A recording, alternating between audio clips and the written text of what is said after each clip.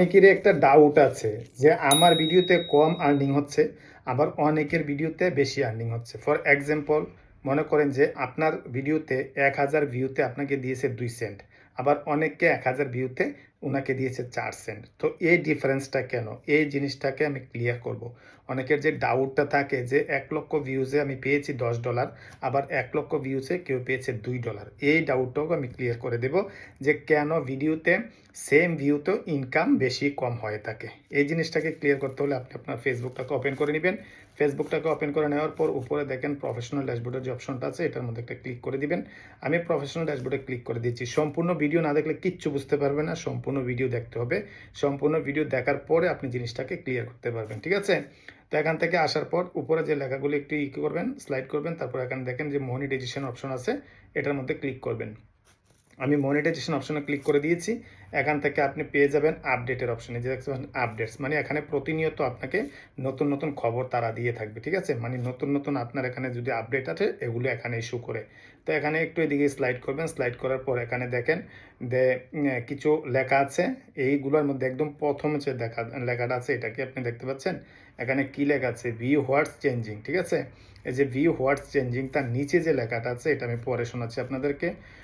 To help maximize your earnings, create a content that keeps viewer interested and encourage them to watch longer. আপনার ভিডিওটা এমনভাবে তৈরি করুন যেন আপনার ভিডিওটা ভিউয়ার্সরা বেশি সময় ধরে দেখে, তাহলে কিন্তু আপনার আর্নিংটাকে ইনক্রিজ করতে পারবেন। সে কথাটাই তারা এখানে বলছে। তো আমি যদি এই লেখাটার মধ্যে একটা ক্লিক করে দিই, বিস্তারিত আরও কিছু জানতে পারবেন এখানে। তো বিস্তারিত জানতে গিয়ে সর্বপ্রথম যে লেখাটা এখানে আছে, grow watch time and qualify viewers, মানে এখানে বলছে যে আপনার ওয়াচ টাইমটাকে গ্রো করুন যেন আপনার কোয়ালিফাইটা, মানে ভিউয়ার্সের কোয়ালিফাই বেশি হয়ে থাকে এবং সেখান থেকে আপনি বেশি ইনকাম পাবেন, ঠিক আছে? মানে হলো টোটালি বাংলা ভাষা যে কথাটা, সেটা হলো আমি যে ভিডিওটা তৈরি করব সেই ভিডিওটা যেন কোনো ব্যক্তি পুরো দেখে। মানে পুরো দেখে বলতে মনে হয় যে কারোর ভিডিও দেখে মাত্র 5 সেকেন্ড, কারোর ভিডিও দেখলেন আপনি 10 সেকেন্ড, কারোর ভিডিও দেখলেন বা 15 সেকেন্ড, কারোর ভিডিও আবার দেখলেন যে পুরো 30 সেকেন্ড বা যতটুকু বানিয়েছে, কারোর ভিডিওটা দেখলেন যে পুরো 5 মিনিট যদি লং ভিডিও বানিয়ে থাকে। তাহলে আপনি যতটুকু তার ভিডিওটা দেখেছেন সেই অনুযায়ী সেই ইনকামটা পাবে। এখন আপনার ভিডিওটা যদি আপনি তৈরি করেন, তাহলে সেই অনুযায়ী তৈরি করবেন যেন প্রত্যেকটা ব্যক্তি আপনার ভিডিওটা বেশি সময় ধরে দেখে।